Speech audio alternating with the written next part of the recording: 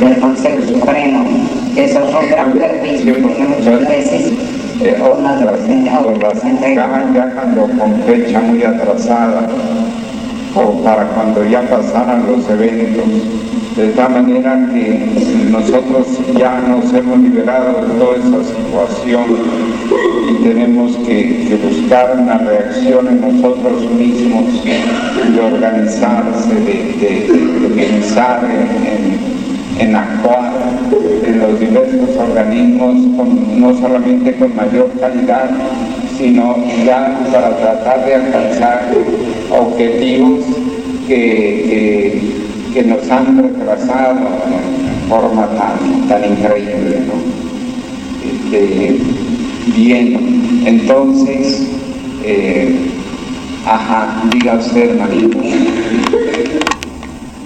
Queríamos nosotros informar los avances que estamos desarrollando.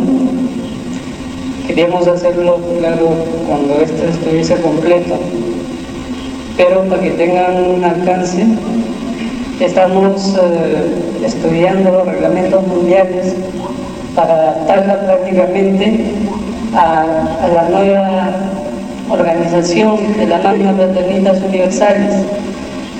El otro programa es de la Academia CARI, también que se está estructurando su plan curricular, que está apoyando la hermana Nelly Podio, el hermano William Capcha, la hermana María Eugenia. Entonces están formando un equipo para que puedan desarrollar el plan de la Academia CARI. El otro aspecto que me está tocando a mí es la organización de los reglamentos, que estamos estudiando también los artículos, estamos llevando de una forma que lo podamos canalizar, los reglamentos en el aspecto administrativo, en lo académico y en todo lo que tenga que ver con los ascensos. Y hay muchas consultas que le vamos a hacer cuando terminemos la sesión. Magnífico, muy bien. Yo me atrevería a hacer una sugerencia. Como este movimiento de organizaciones, de organismos, resulta de lo más importante. En la noche a las 8, cuando haya las reuniones acá en el templo, yo me atrevería a sugerir de que hicieran unos rotulitos, porque muchos hermanos pues no quieren interrumpir los grupos.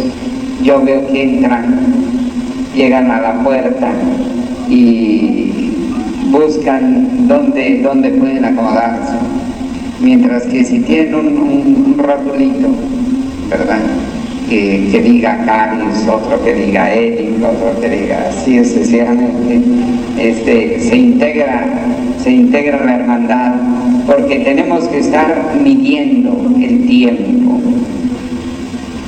Hay mucho, todo está por hacer o todo está por rehacer, más bien.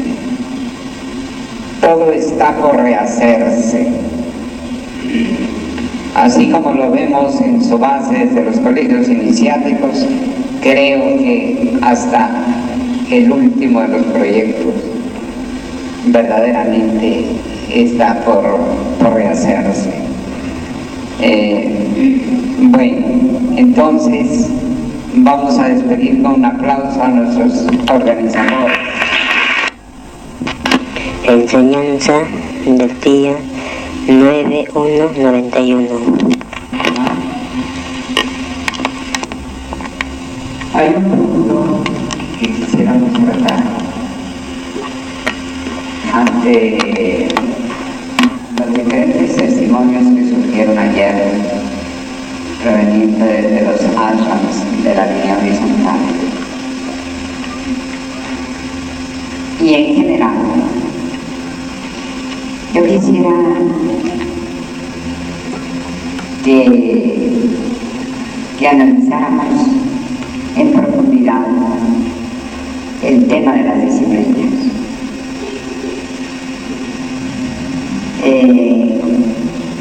La primera circunstancia, el primer punto más importante que tenemos que ver es dilucidar que en la página 59 en su guía maestre habla de que se ha dado importancia a disciplinas secundarias, olvidando los grandes principios.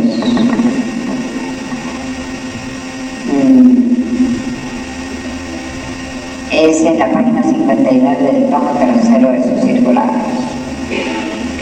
Este punto no deja de ser bastante importante, porque ¿a qué le llama el superior maestre de disciplina secundaria? Tendríamos que tomar en cuenta el medio ambiente en que se desarrolló en Venezuela la estadía del superior maestro, en que desde el punto de vista de la profundización de su pensamiento, lo que hubo fue fundamentalmente un reconocimientos de su encarnación crística, de su encarnación oculta, del hecho de ser el avatar de la nueva era. Pero no se ahondaba mucho en su pensamiento,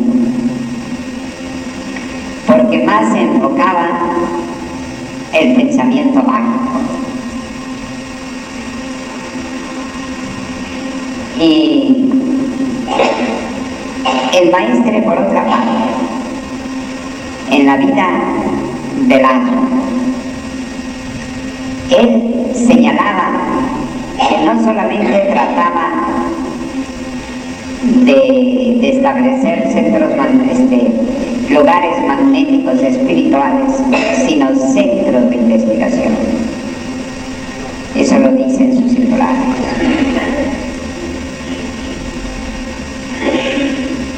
Por lo tanto, en Venezuela no alcanzó sino a hacerlo primero, pero no hubo el nivel para lo segundo. Él señalaba las disciplinas en el alma, pero tomando en consideración que su noción de los deberes de las disciplinas eran varias. En el alma no solamente era el antenaje, las asanas y la meditación, sino que él señalaba que a partir de las 4 de la tarde debía hacerse estudio e investigación, de las 4 a las 9, porque decía 5 horas. Luego entonces había de las 4 a las 9 dentro de la vida y disciplina del alma nada menos que un periodo de 5 horas que, por motivo de que en Venezuela no se logró, no se llegó a vivir eso, tampoco se llegó a ejemplificar.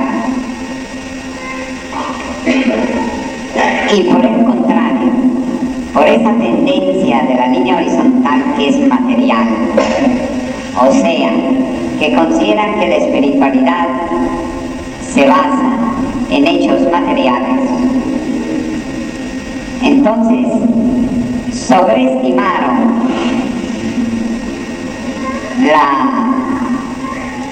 la necesidad de hacer instalaciones en el ashram. Está bien que al principio en un ashram haya que tener un lugar donde estar, donde dormir, donde comer, un santuario, un aula y los lugares propios de la vida funcional del día. Pero ya, por ejemplo, en el ashram de Maracay, ya el cambio se trataba de hacer construcciones extraordinarias, anexas, un gimnasio y un edificio de varios pisos, con fines, al principio decían que era para que la rectoría de los colegios, en fin, con fines un poco indeterminados. Y sin embargo, la hermandad era totalmente dedicada a hacer eso, con absoluta merma del tiempo de estudio. Es interesante su concepto de disciplinas secundarias, porque en otra parte él hablaba de disciplinas libremente consentidas, y en otra parte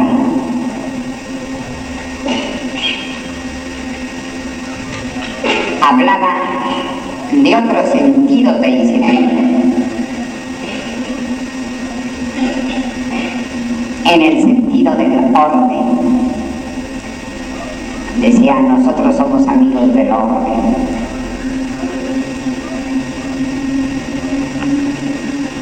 Pero al mismo tiempo señalaba de que habría que tener cuidado de que no se cayera en dogmatismos. De la misma yoga señalaba que no se cayera en dogmatismos.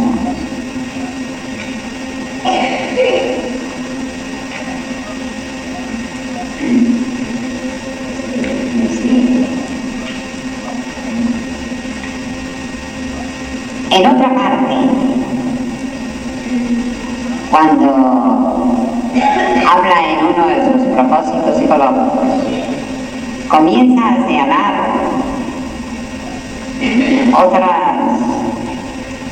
otras formas de entrega. Por ejemplo, cuando habla de la teofanía, el diálogo de Dios con Dios en el hombre. Cuando habla de otros valores con un sentido de profundidad, cuando entonces tendríamos que observar a qué es lo que el maestro le pone más énfasis y a qué le pone menos énfasis.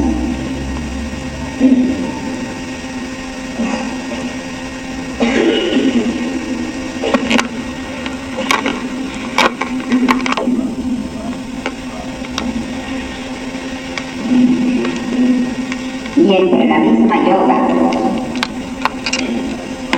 señala a veces, de acuerdo a ciertos autores o de acuerdo a cierto orden, pero no exactamente sosteniéndolo él como su posición. Y esto es importante. Generalmente se ve en la literatura en su bien maestre afirmaciones de él por pareja. El sublime maestre dice tal cosa, pero entonces uno hay que ver si realmente es él el que lo dice, porque a lo mejor está haciendo mención de un autor al que después comenta, y nosotros ya lo dejamos incluso, es decir, como pensamiento incluso, cuando él está haciendo una referencia. Por ejemplo, en el orden de las yogas, cuando menciona diversos tipos de yoga en el yoga yogismo, yo recuerdo muy bien cuando estaba traduciendo el yoga yogismo, que él lo que señalaba es que o en una escuela o en una doctrina estaba primero tal yoga, luego tal otro, luego tal otro, luego tal otro, luego tal otro. Luego señalaba en otra parte que en otra doctrina estaba en tal orden, tal otro, tal otro. Que en tal doctrina tal yoga era secundaria, tal era tal. Y Y en realidad su pensamiento, ¿cuál es? Él le señala que entonces, en vista de todo ello, que él plantea un yoguismo.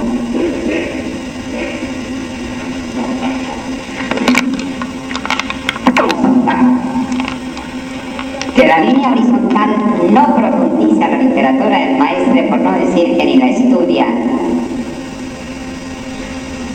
Y conmigo había la experiencia de haber sido el traductor término tras término y con el seguimiento del pensamiento del maestro. Y el penetrar cuál realmente era su pensamiento.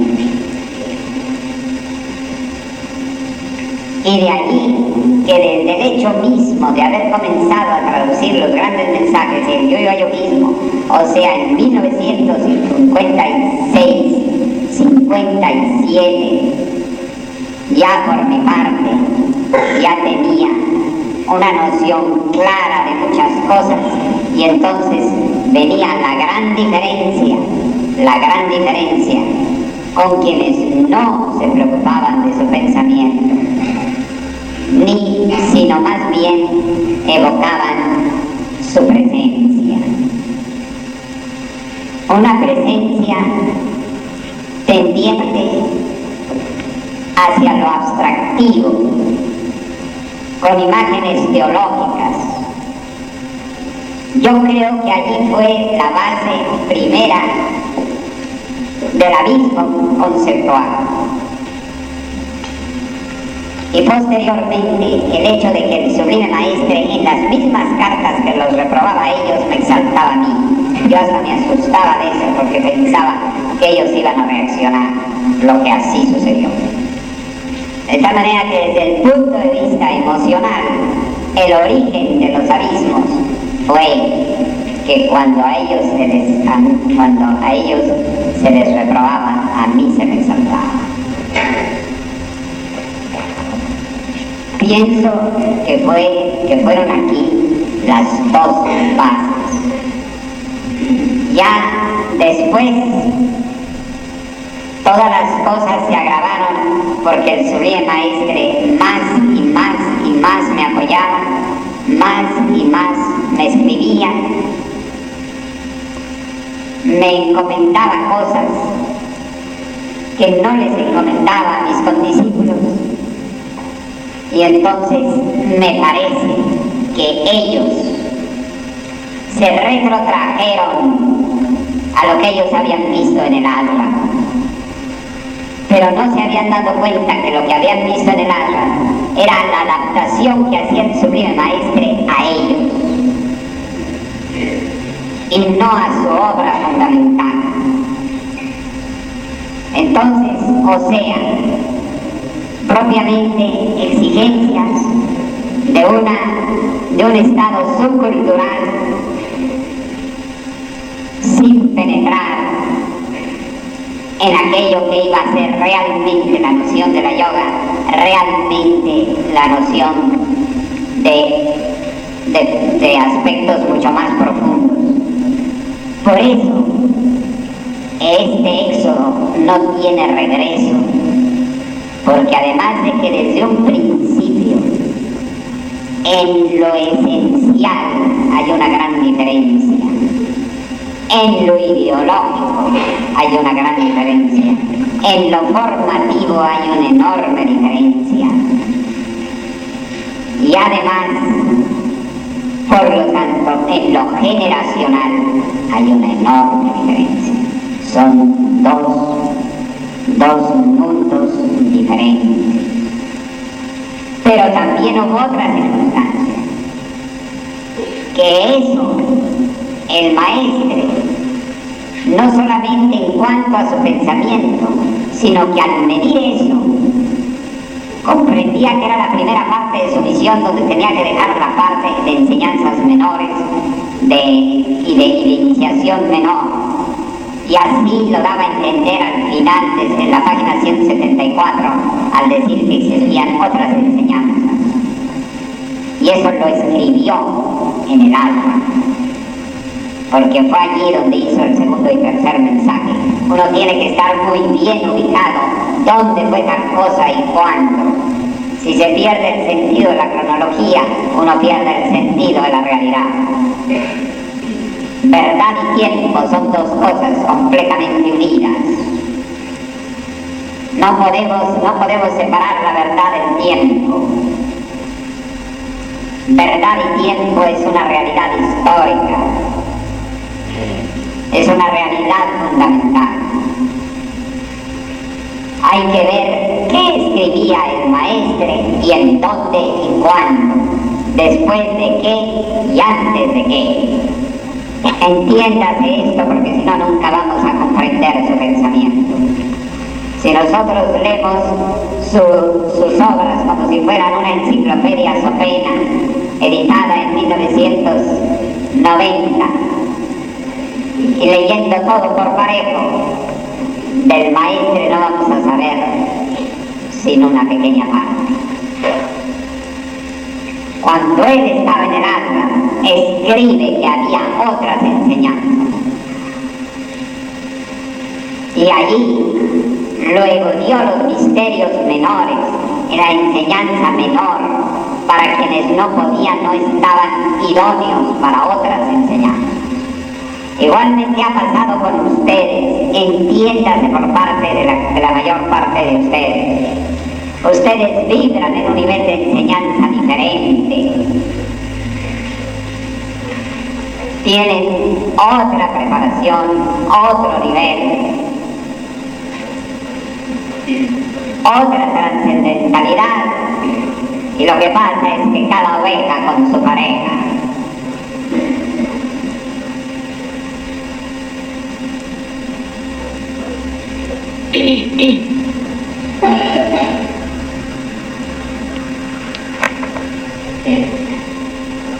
Entonces, entrando dentro de este conjunto, dentro de este marco teórico, dentro de este marco cronológico, nos encontramos con que tenemos que ver en el maestre y distinguir muy bien cuáles son sus enseñanzas, cuáles son las referencias de otros autores y en el caso de las referencias de otros autores, cuál es el comentario que hacen de esos autores. Porque no podemos ver por parejo. Aquí están 10.000 páginas del maestre. Sí, son las obras del maestre, entre las cuales, como bien dijo una vez Luis de Salinares, que recuerdo esa frase, que el maestre hacía un acopio de la verdad. Yo recuerdo de ustedes las frases, recojo ciertas frases de ustedes, con las que no quiero decir que los identifico, sino que los rememoro.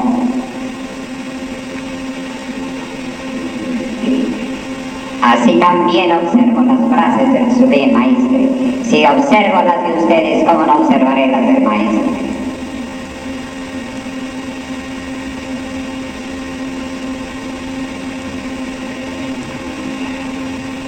Entonces, entre todas esas referencias, presenta el maestre el yoguismo. 74 de alguna manera dice que su obra del yoguismo es en cierto modo una ñana, la ñana. Pero cuando llega la ñana no la especifica grandemente, no se extiende en ella. Pero en cambio en los diversos propósitos psicológicos sí le va dando ciertos toques y va uno encontrando que los pomis de la ñana los aplica a diversas cosas, como cuando dice que al niño se le debe formar en la observación, la reflexión, que es el segundo pomi de la ñana. Igualmente pasa con las disciplinas. Lo que pasa es que quienes llegan al alma, generalmente, en su mayor parte, son hermanos que no cumplen con lo que decía el sublime maestro, que debían estarse preparando por lo menos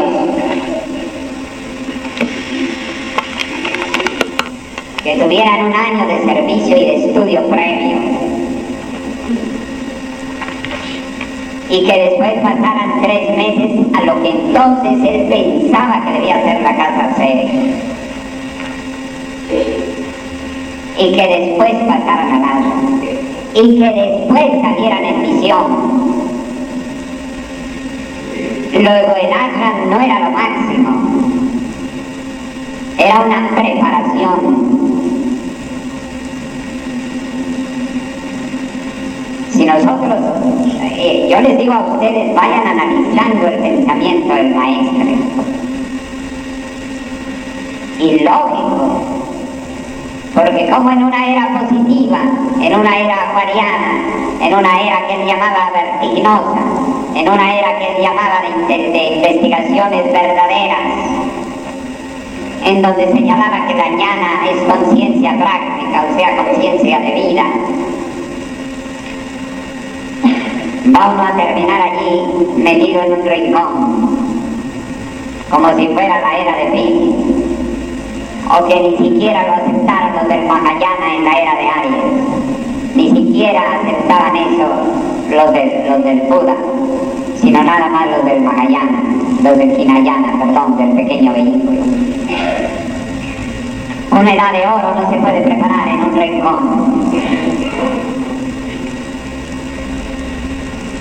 Eso es lógico. Pero un internado es necesario.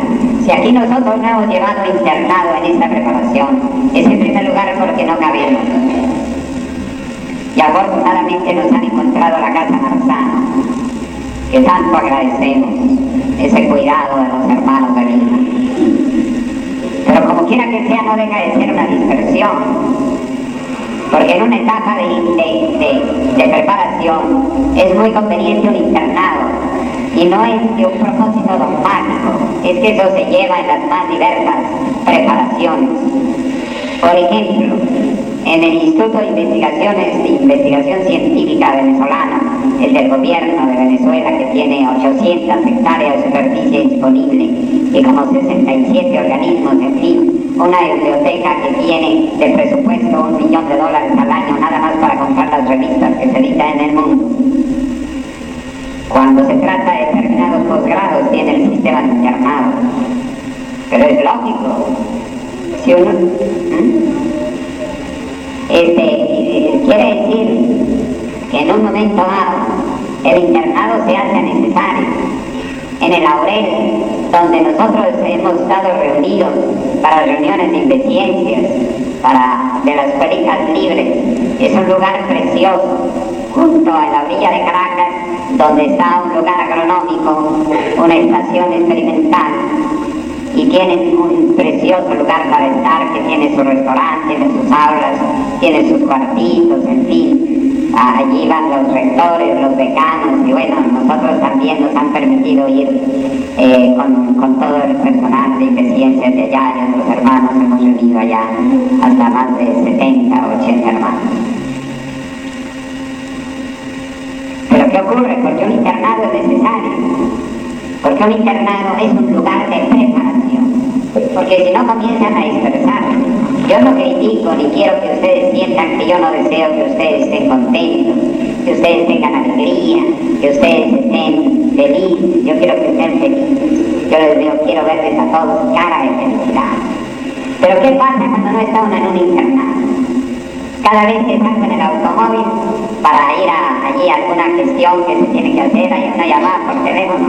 Por allá los hermanos están como a 5 o 7 cuadras, en un restaurante, en otro, para acá y para allá, en lo que van y vienen, y ven lo verde en el camino y todo eso. Entonces, ¿qué ocurre? Entonces, en lugar de estar en un internado, hay cierta dispersión. Es únicamente en función de ese obstáculo de la llana que la dispersión. Yo de ninguna manera quiero tenerlos enclaustrados, ni ustedes ni yo somos para eso. Pero las cosas tienen que tener su equilibrio y tienen que tener su momento. Hay momentos en que tenemos que estudiar, tiempo de estudiar. Hay momentos en que tenemos recreación, tiempo de recreación. Hay momentos en que tenemos que hacer determinadas labores, gestiones, acciones, trabajos, tiempo de acción. Todo tiene su tiempo. Entonces, hay que comprender que un alma no puede ser lo último de lo último de lo último, ni la última tercicola del desierto. De esta manera que eso de presentar los átomos como lo máximo es muy propio de mis condiscípulos en vista de que no pudieron tener otra experiencia más valedera. Lo siento mucho, y no es porque no es por sus noticias y hechos miserables que lo digo, estoy hablando en su justo valor las cosas. Entonces, claro, ellos se han dedicado dentro de su realización y todo a exaltar todo ello. Y como les falta el piso, y como les falta la base ideológica, entonces comienzan a armar una serie de fantasías en que ya llega un momento en que uno ya no sabe ni cuál es la verdad ni cuál es la mentira. Entonces, por otra parte, tenemos que observar las cosas, volviendo al tema del yoguismo. Que el yoguismo viene a ser la unión de todas las direcciones del pensamiento. Es decir, una globalidad del pensamiento.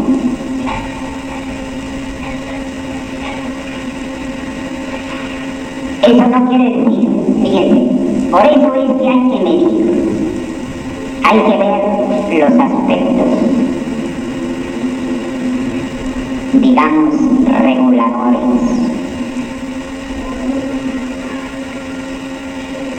Así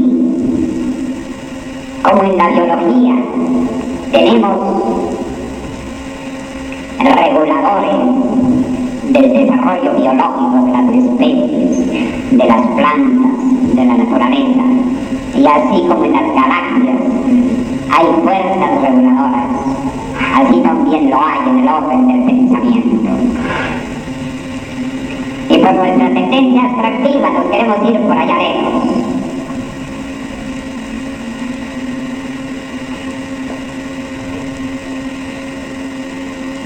O sea, que por una parte el maestro presenta el yoguismo,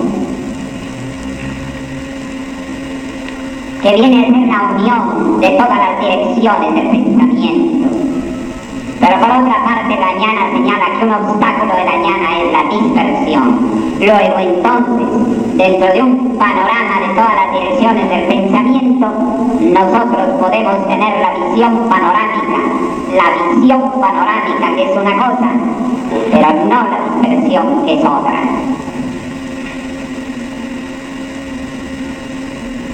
Yo comprendo que eso no es fácil, porque al tener la visión global de la dirección del pensamiento en todas las direcciones, nosotros queremos dispararnos en 1000 direcciones. Pero ahí viene la cibernética, la regulación, lo regulador. Los cibernetas eran los conductores de la navegación que iban regulando.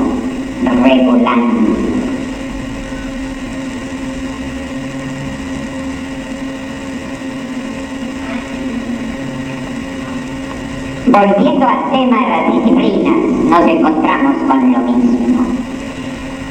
Para mí fue una gran clave aquella carta que el maestro envió y que dijo: para todo hay que saber cuándo sí y cuándo no.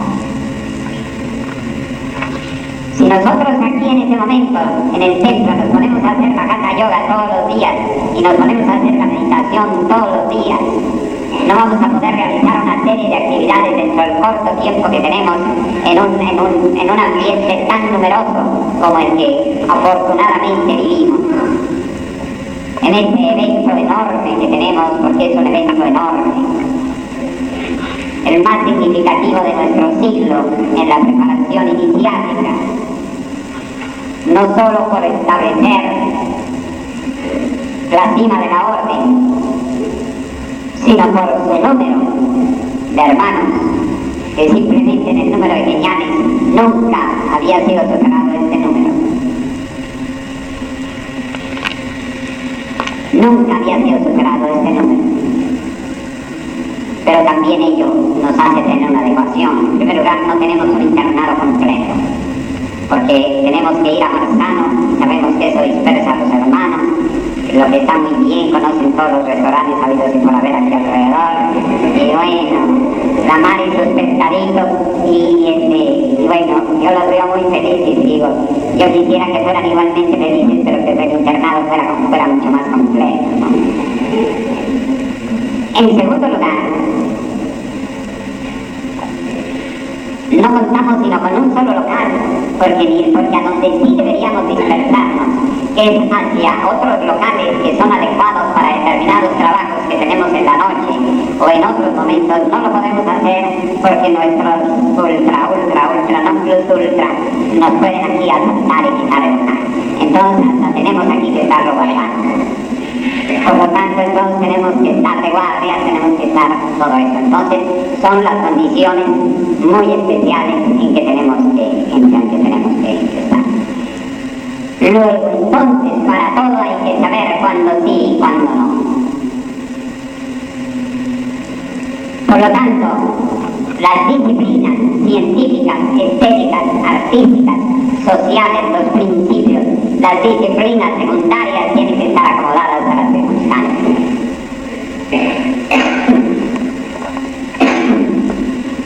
Y no todas las circunstancias sujetas a determinadas disciplinas ante hechos primordiales, circunstancias de precaución.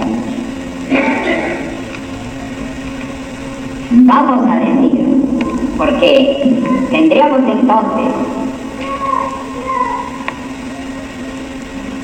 Tendríamos entonces 5 disciplinas generales. Una, no para darlo en orden de importancia, sino simplemente para enumerar, tendríamos el antenaje, las asanas, la meditación, el aseo y conservación y administración del alma, y quinta, o primera, o como sea, la disciplina de la investigación y el estudio, que a excepción de dormir, la que el sublime maestre le dio más tiempo. Fíjense bien. Porque a ninguna disciplina le dio 5 horas. Ni para los alimentos que tomaban 5 horas. Ni para...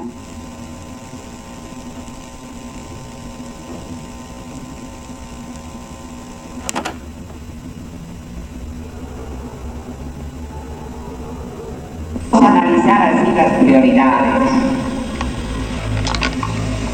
Diríamos que la principal disciplina en un ASBAN sería el estudio y la investigación. Si lo analizamos en función del tiempo, porque hasta para la administración de un bloque menor,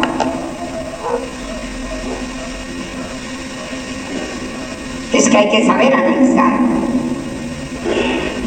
Por eso es que hay que ver el análisis estructural, el análisis cualitativo y el análisis de todos los factores. Yo no sé si ustedes habían caído en cuenta en un análisis así.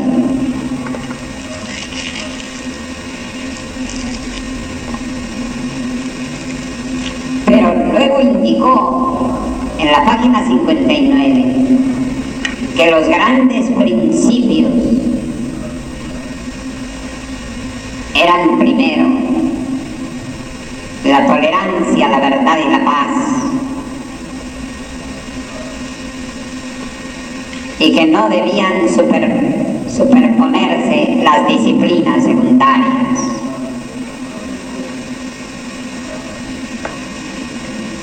Luego, es natural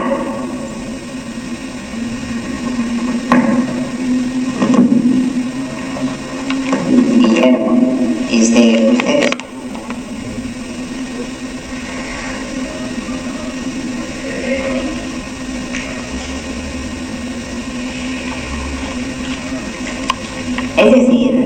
Es que uno tiene que pensar. Es que uno tiene que tener el discernimiento necesario, el sentido lógico de las cosas.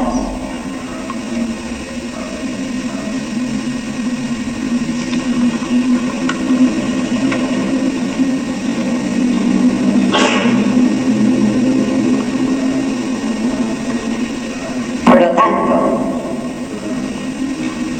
el Sublime Maestre, por una parte, comparaba y señalaba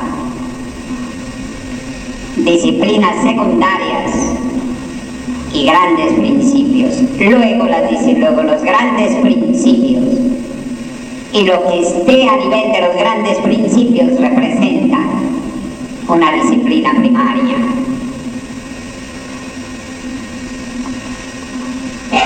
Es con solo ver la página 59 del tercer tomo de los propósitos psicológicos que uno lo comprende así. Lo cual no quiere decir que lo secundario no sea importante.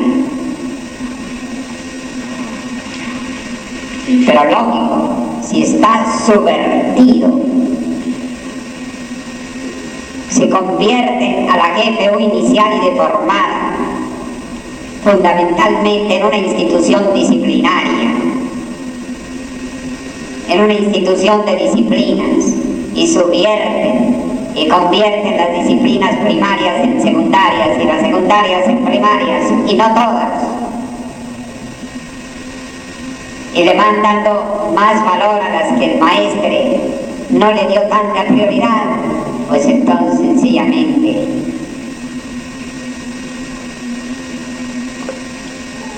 las cosas están de cabeza, con todas las consecuencias y los resultados de una extensión mundial. Se subvierten, también al subvertir las categorías primarias y secundarias. Eso tiene un resultado en la formación de las personas. Y entonces sobrevienen todos los dramas que han sobrevenido. Y que por otra parte, los hermanos que viven eso, o han vivido eso, tarde que temprano, al encontrar la literatura del maestre, si aprenden a pensar, llega el momento en que entonces se decepcionan de todo.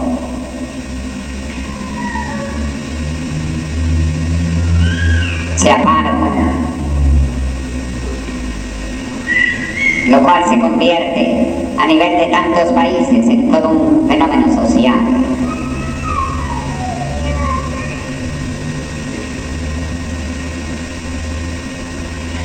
Tremendo trabajo tenemos nosotros en la línea vertical y deben tener conciencia de ello, porque no hemos examinado en detalle la vigilancia que más tarde se va a proyectar sobre la línea solar de nuestra parte, que ese es otro capítulo.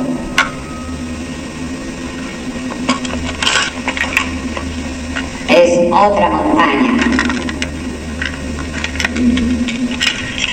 Lo siento mucho en relación con mi querido condiscípulo, el venerable hermano mayor Estrada.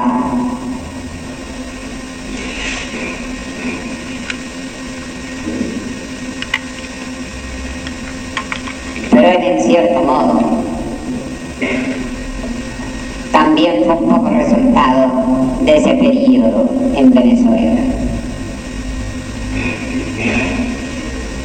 con otra tendencia, con otro despertamiento, con otra vivacidad, con otra condición, y por lo tanto él más bien fundamentalmente de la línea vertical, como plenamente lo fue, pero también un poco su obra, por ejemplo, ahorita nada más se dedica a hablar de vegetarianismo, de gimnasia, y como no tienen otro tema comienzan a hablar hasta de los extraterrestres. Y hay de sus directivos quienes dicen que qué bueno que el maestro se fue para Europa, para que quedaran los de América, porque Europa ya está terminando, en fin, de buenas a primeras quieren borrar de un plumazo la cultura europea y la herencia que tenemos de la cultura europea. En fin, una serie de cosas que en realidad son un poco tiradas de los cabellos. Pero al fin y al cabo, siquiera ellos están más receptivos a nosotros. Por lo menos ellos no nos persiguen.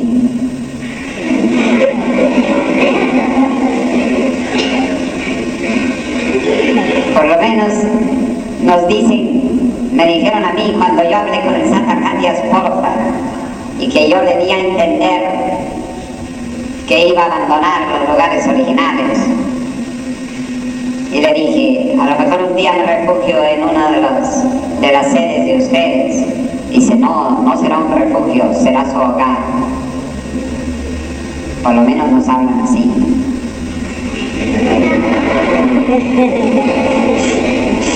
Menos mal. Pero también la realidad es que desde el punto de vista ideológico, doctrinario, conceptual, fundamental de los conceptos, también tenemos unos abismos tremendos. Comenzando porque el venerable hermano mayor se apartó del sublime maestre cuando el maestre se entregó a su etapa del pensamiento.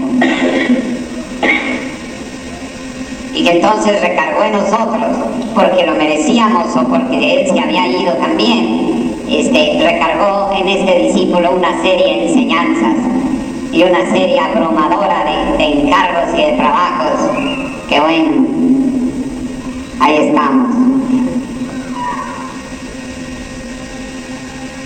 De tal manera que entonces nosotros tenemos que pensar, que saber pensar, que ahondar, que ser lógicos, pero no para impugnar ni para montar en nosotros un pensamiento crítico en el sentido del criticismo, por el criticismo mismo. Eso debería quitarse de nuestras mentes, para que nuestras mentes no sean unas mentes sucias ni unas mentes que están mirando nada más negruras en todas partes. Pero sin caer en la ingenuidad, debemos ver las cosas en otro nivel.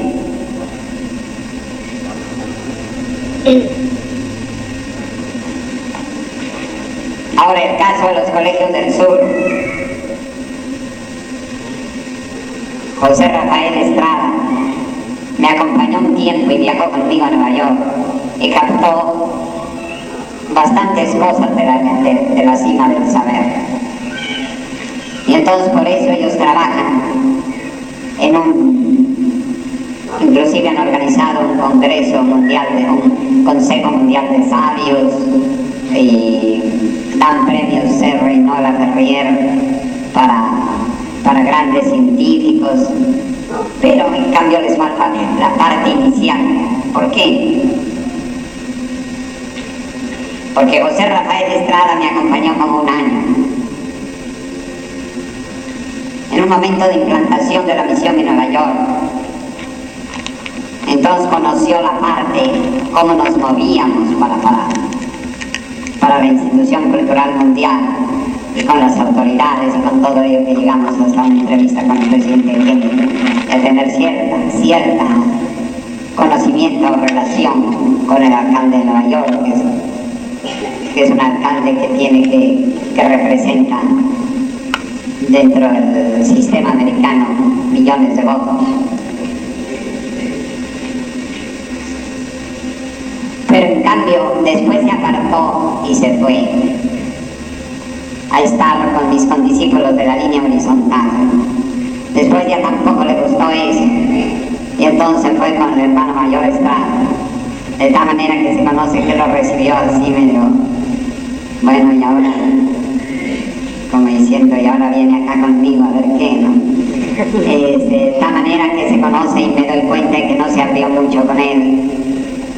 Y luego él se casó con el Zaguirre, la estrella de cine, y yo, por ahí una serie de cosas que no tienen nada particular en el fondo, pero que lo dispersaban mucho en su tiempo, porque andar con una estrella de cine de primera magnitud, como era el Zaguirre en México, representaba un 50% del tiempo del día.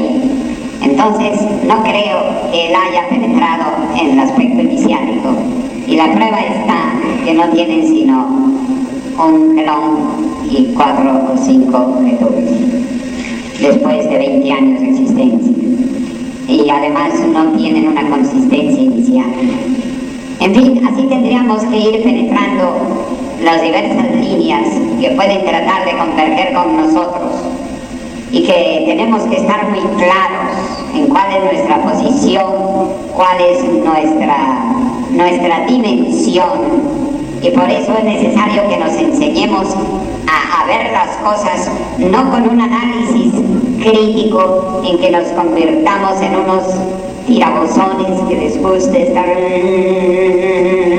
ahí metiendo la crítica por la crítica. No, tenemos que analizar y conocer las cosas en sus fundamentos e ir a la profundidad del pensamiento, comprender los distintos estratos en que se mueve el mundo y situarnos nosotros de una manera serena.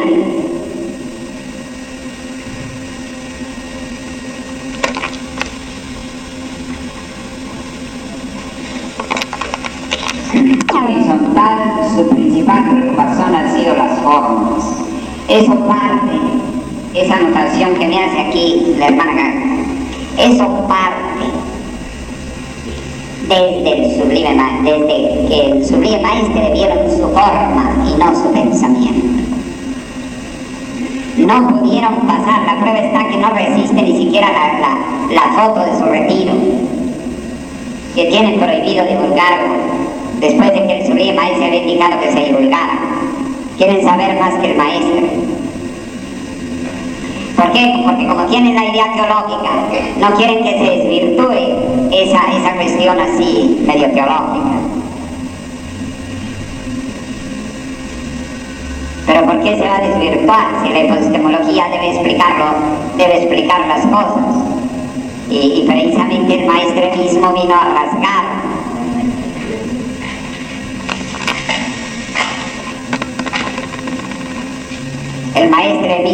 rasgar el velo de misterios teológicos.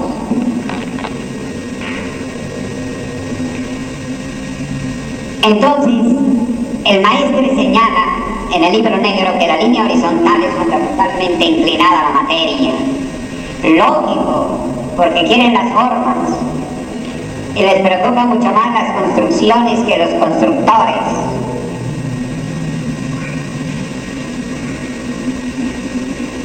Nuestros hermanos que nos dieron constancia ayer y testimonios tan valiosos, indudablemente omitieron también la cuestión de entre las muchas cosas que no hubo tiempo de que dijeran, fue el accidente que tuvo uno de los hermanos de España, allí en el ashram de Jauja, acá en Perú, en que tuvieron que extraerle, no recuerdo si fue el vaso o alguno otro de el vaso. Lo operaron, en fin, todo.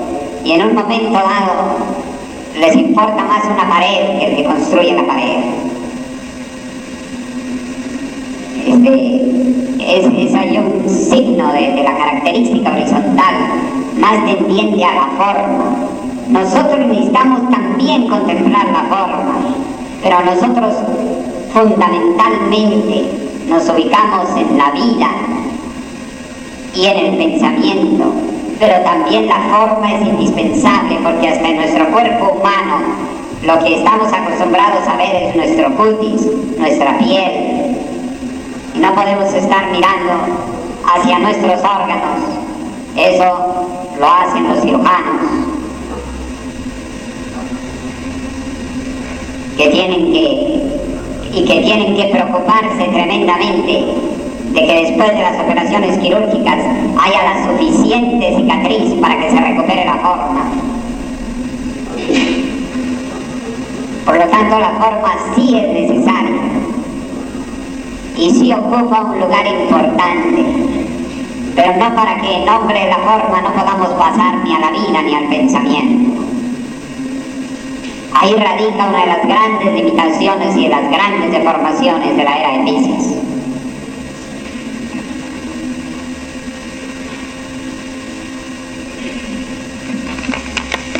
Dice aquí este recadito general. La línea horizontal, su principal preocupación son las formas, o sea, la visibilidad de la materia. Siendo indignante el afán de quedarse con los bienes de la institución, como la relatada ayer por el hermano Ricardo Seminario. Ah, sí. Ah, bueno, entonces, muy bien. Pérez y Ricardo Seminario, que le fueron a quitar sus brazadas cobijas hasta otra ciudad a distancia, amenazándolo de denunciar a la policía si no las devolvían. ¿Hasta dónde llega su afán de actuar y orientar a la hermandad con un fin materialista? Es el resultado de ubicarse necesariamente en la forma. Naturalmente no se piense que no existe eso como fenómeno en una gran parte de la humanidad. Hay personas que se preocupan demasiado de la forma, ¿cómo diríamos? Vamos a entender esto. Fíjense bien. No es posible que nada más miremos en las personas la forma y no veamos su potencial, no veamos su valor intrínseco, no tratemos de entrar de alguna manera en una mayor esencialidad. Pero tampoco debemos llegar a lo opuesto, que es despreocuparse de la forma, andar con los cabellos como si fueran un plumero, con la ropa, una ropa como dirían los antiguos aztecas de Huehuenche, o sea, de espantapájaros, y con un descuido general, siendo un poco de olor, no usando desodorante. Bueno, iba con la forma olvidada. Yo lo que a veces recuerdo que una vez, pensando un poco en la horizontalidad, se me cruzaban los cables de las ideas, mirando cómo ellos se preocupaban de la forma y vivían la forma, y resulta que los asfánicos salían con unas ropas y con unos pelos y con un aspecto ahí los domingos en la tarde, según ellos a dar la vuelta y a descansar, que la gente hasta salía a los balcones a mirarlo, dando un espectáculo por ahí de drogados o yo no sé qué. Decía yo, bueno, tanto culto a la forma y qué olvido de la forma. De tal manera que en un momento dado ni siquiera la forma completa. Entonces, no es extraño. La obra del maestre, y es muy importante, y lo publicamos en el Boletín Académico de 1971 cuando abrimos la ONI, el 24 de mayo de 1970 en Lima, Perú, allí en el local del arte. Publicamos la parte de carta del sublime maestre en donde decía, cuando le preguntaba que qué hacíamos, porque por mi parte, voy a explicar. Por mi parte, cuando estaba en ese periodo casi dionisíaco de la traducción del maestre, en que salía casi con una ebriedad de conceptos, de descubrimientos, de horizontes, de perspectivas que se iluminaban en ráfagas de posibilidades. En ese tiempo,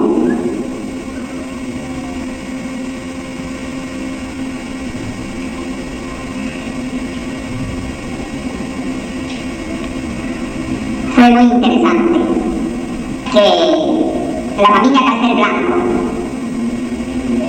me llevó a un lugar donde había un gran número de personas obreras y campesinos. Y entonces me hicieron dar una conferencia a obreros y campesinos y sus familias. Entonces, yo que venía de esas cumbres del pensamiento del maestre, al encontrar un ambiente naturalmente subcultural, tuve que hacer un aterrizaje vital y comenzar a hablar dentro de lo posible de la manera más sencilla. A veces se me salía cualquiera de los adjetivos que usaba el maestro y tenía que casi traducirlo. Entonces, recuerdo que esa noche pensé el abismo tremendo de la enseñanza del maestro. Pero consideré que la nueva era de Aquarius iba a presentar o estaba presentando un fenómeno consiste en que lo que antes era de posgrado ahora baja mucho a nivel de pregrado.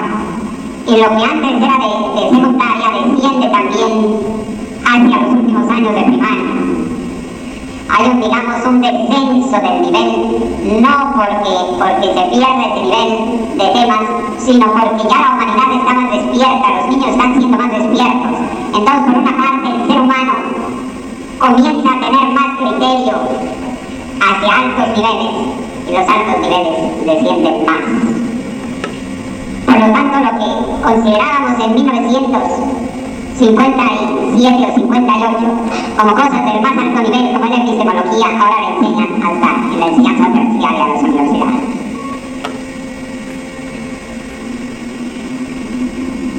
Veía eso, pero yo pensé que de todas maneras el abismo era grande. Entonces le escribí al sublime maestro y le dije, ¿cómo íbamos a hacer con toda la masa campesina? ¿Cómo íbamos a darles de enseñanza?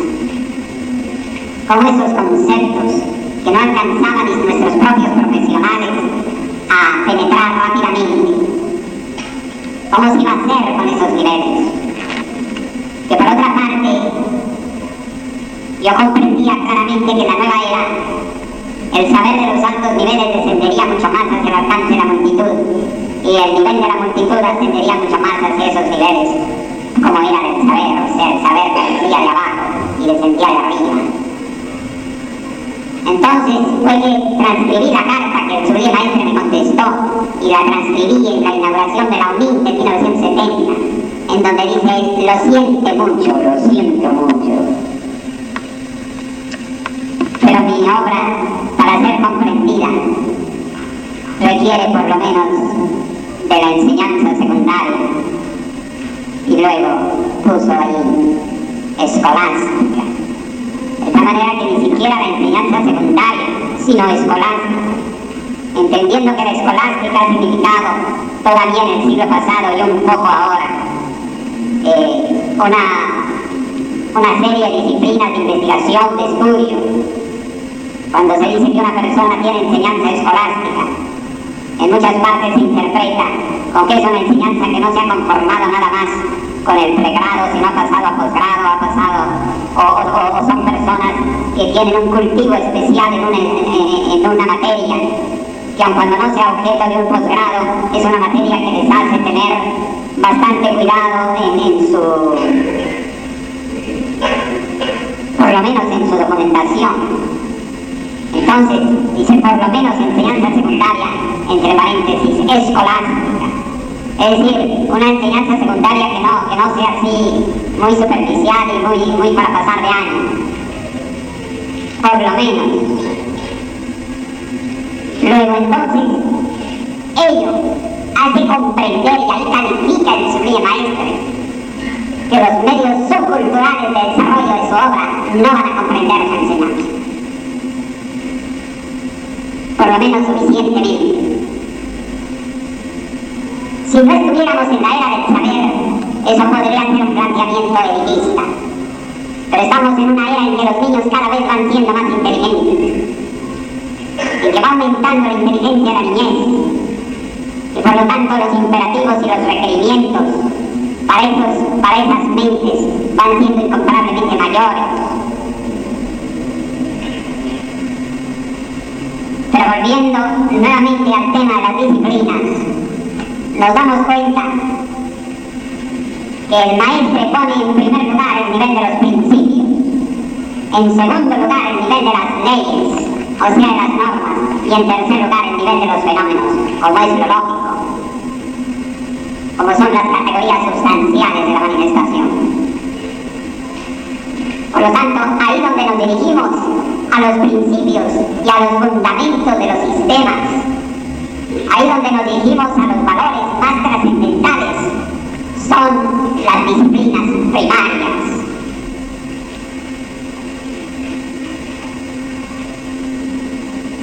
Y luego vienen otras que son de carácter secundario, pero que son importantes en determinados sentidos. La gimnasia psicofísica es importante hasta para los ancianos contra la osteoporosis. Es importante para los niños, para los jóvenes, para todo, es benéfica. El vegetarianismo es excelente y es una condición inclusive para preparar inclusive el estado de la persona, el cuerpo astral, todo ello, y por lo tanto lo pedimos como condición iniciática. Es decir, pueden significar inclusive verdaderos prerequisitos. Pero una cosa es que el vegetarianismo represente una de las mayores necesidades de aplicación, de investigación, de disciplina, de integración en la persona. Y otra cosa es que lo vayamos a colocar en un sentido totalmente primario. Porque tampoco el hecho de ser vegetariano garantiza el pensamiento del maestro. Ni el hecho de hacer la gimnasia garantiza que se comprenda el pensamiento del maestro. Ni hacer la hatha yoga garantiza eso. Ni las asanas garantizan ni la noción de la yoga. Y el comprender la yoga tampoco garantiza penetrar en el pensamiento del maestro. Entiéndase bien todo eso sin demeritar nada. Lo que pasa es que tenemos que no subvertir los valores, no subvertir el orden de las cosas, para que nuestra lógica sea una lógica ordenada, porque dice el maestro, somos amigos del orden. Yo espero que esta enseñanza de esta mañana y en las mañanas estamos con temas para todos. Son cosas fundamentales. Es un serio problema. Los problemas que tenemos con respecto a la línea horizontal no son solamente jurídicos, lo cual ya es bastante dolor de cabeza, puesto que quieren quitarle a la hermandad todo lo que ha hecho desde hace tiempo, desde hace años. No por nuestro éxodo, entiéndase, no es por nuestro éxodo, ya lo hacían con anticipación a nuestro éxodo. Ya eso viene de muy atrás, desde hace 20 años en El Salvador.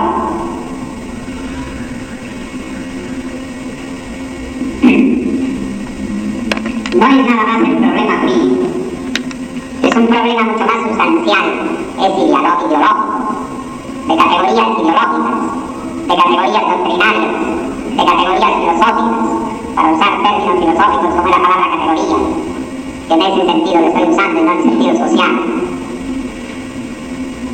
Es decir, son muchos abismos, y por eso para nosotros será un descanso no tener ninguna relación con ellos. Que realmente, como dice Cantinflas, cada quien su vida.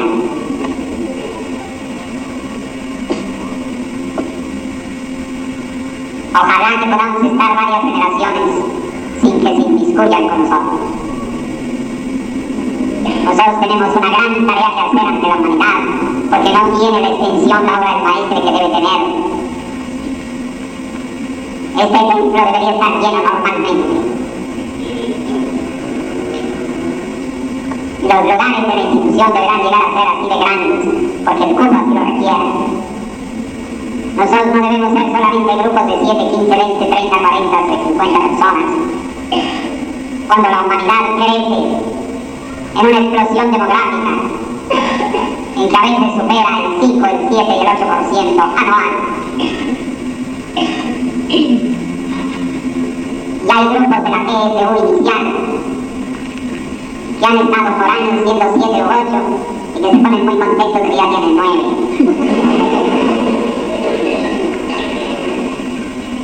Mucho trabajo tenemos afuera para irnos a complicar la vida. Ojalá que la parte jurídica vaya siendo en cierto modo solucionada, liquidada, y allá dejarlos en sus puntos suspensivos. Bien, entonces he querido señalar puntos que si ustedes penetran bien la literatura del maestro lo van a encontrar muy claro. Y con respecto a la ñana, encontrarían 1000 temas correspondientes a eso, a los bookies, a los datos, a los narrativos, a todo ello distribuidos en la parte contextual fundamental de la obra del maestro. Pero él siempre tan sabio diluía a veces lo más importante, porque a veces los diamantes se deben tener en el estuche. Y a veces el estuche tiene que estar en la caja fuerte. Y a veces la caja fuerte tiene que estar en una línea vaginal. Pero claro, eso no quiere decir que no será nada misterio, que no será revelado. Lo que pasa es que tenemos que tomar en cuenta el principio didáctico, de que no se le va a enseñar a un niñito de 6 años lo correspondiente a una pareja de casados. Porque es alterar la época, alterar la madurez, alterar el orden lógico del aprendizaje y de la formación. Y por eso tenemos que ir así, obedeciendo también una dinámica. Bien, entonces vamos a pedirle al hermano profesor Oscar Medina. Enseñanza 10.1.91 6 AM. Hecho de palabra para hacer preguntas, puesto que hace bastantes días que le han hecho preguntas libremente. Así que tienen derecho de palabra los hermanos.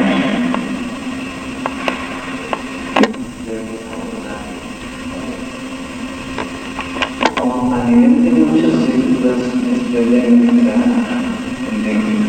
la preparación de cada uno que debemos abordar es una consideración extremadamente vital en la línea histórica con respecto a las demás líneas.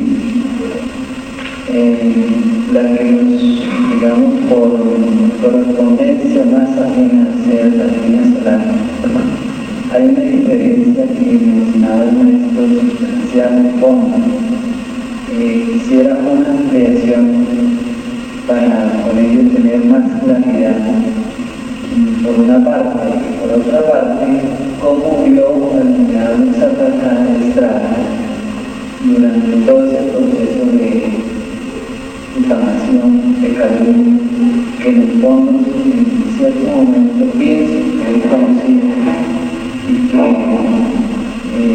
pues parece que nada le interesó preservar esa línea en su dimensión total, es decir, desde saber o sea, ese es mi pregunta.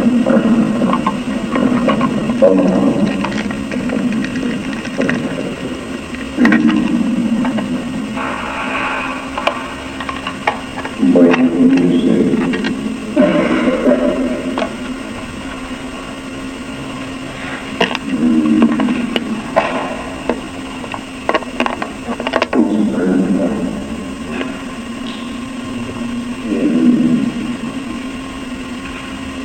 en primer lugar, el resultado, la actual situación, los matices de profundas diferencias que existen es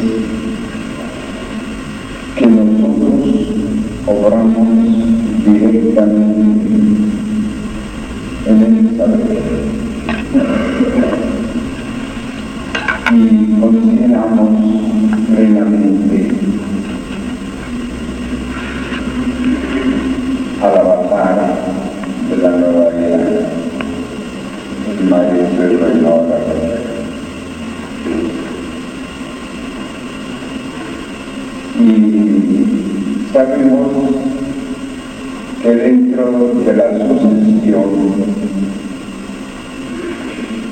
vamos a decir, crística, a él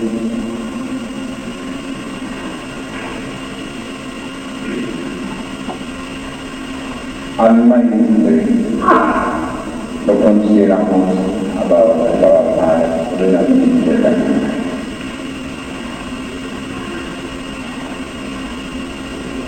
Él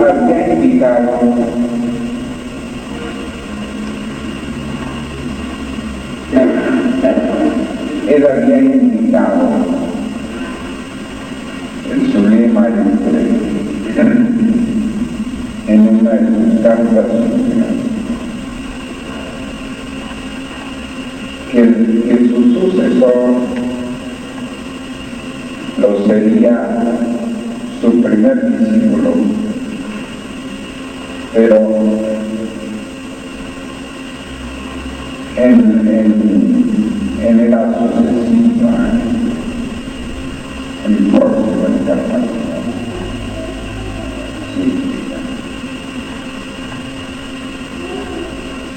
Y por lo tanto, vendría a ser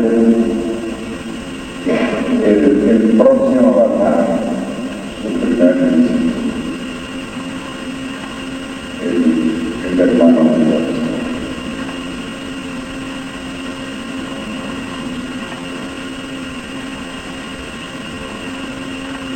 El hermano mayor Estrada, a su vez,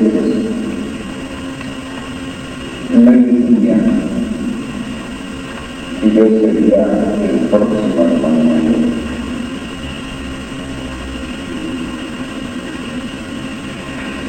Seguramente lo voy a hacer.